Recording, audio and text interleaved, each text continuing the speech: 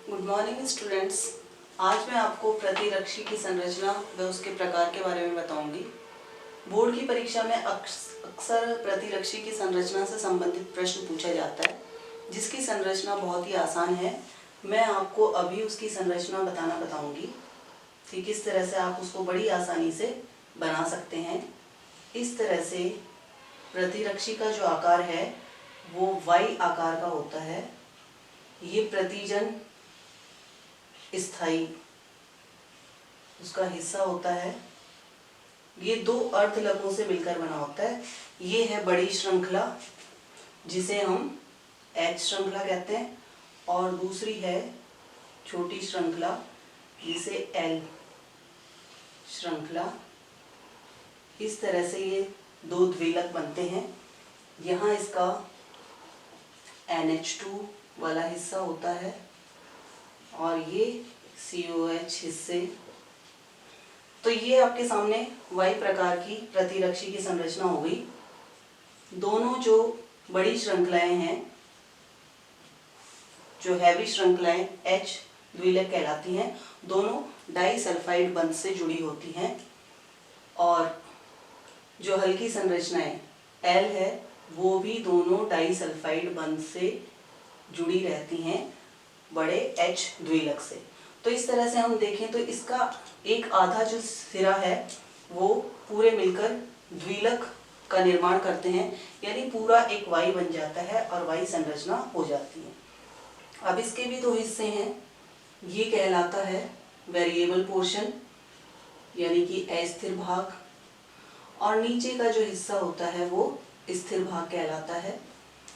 दोनों संरचनाओं में ये होता है, H द्विलक में भी और लाइट वाला जो हिस्सा है L डाइमर में भी। इधर भी वही है, एक ये अस्थायी हिस्सा यानी वेरिएबल पोर्शन, और ये स्थायी हिस्सा जिसे हम कांस्टेंट पोर्शन कहते हैं। जो H द्विलक है ये हाइड्रोकार्बन श्रृंखला से और जुड़ा हुआ होता है, और जो H द्विलक है इसका NH2 वाला हिस्सा ये प्रतिजन से क्रिया करने वाला हिस्सा होता है, जिसे हिंज भी कहा जाता है। ये जिस प्रकार का प्रतिजन होता है उसी प्रकार की आकृति ग्रहण कर या उसको नष्ट करने के लिए बन जाता है, तो प्रतिजन से क्रिया करने वाला हिस्सा होता है। तो इस तरह से आपने देखा कि ये कितनी आसानी से हम प्रतिरक्षी की संरचना बना सकते हैं, जो कि पॉलीपेप्टाइड श्रृंखलाओं से मिलकर बनी होती है। अब हम देखेंगे कि प्रतिरक्षी जो है कितने प्रकार के होते हैं। इन पॉलीपेप्टाइड श्रृंखलाओं के आधार पर प्रतिरक्षी 5 प्रकार के होते हैं, जिसमें गामा प्रकार, अल्फा प्रकार, डेल्टा, एप्सिलॉन और म्यू। गामा प्रकार के आधार पर प्रतिरक्षी का नाम IgG यानी इम्यूनोग्लोबुलिन G होता है। अल्फा के आधार पर IgA यानी इम्यूनोग्लोबुलिन A। डेल्टा के आधार पर IgD, और एप्सिलॉन के आधार पर IgE, और म्यू के आधार पर प्रतिरक्षी IgM। तो ये 5 प्रकार के जो प्रतिरक्षी हैं वो मानव रुधिर में पाए जाते हैं। इनमें जो प्रतिरक्षी IgA है, अक्सर परीक्षा में इससे संबंधित प्रश्न पूछा जाता है, जो मां के दूध में पाया जाता है।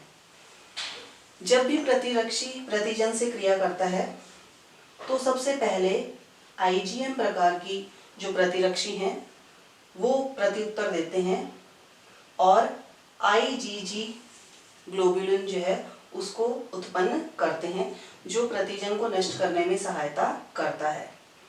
तो इस तरह से ये जो 5 प्रकार के प्रतिरक्षी हैं ये प्रतिजन को नष्ट करने में सहायता करते हैं। तो स्टूडेंट्स, ये थी प्रतिरक्षी की संरचना। किस तरह से आसानी से हम इस संरचना को बना सकते हैं और परीक्षा में अच्छे अंक ला सकते हैं। धन्यवाद।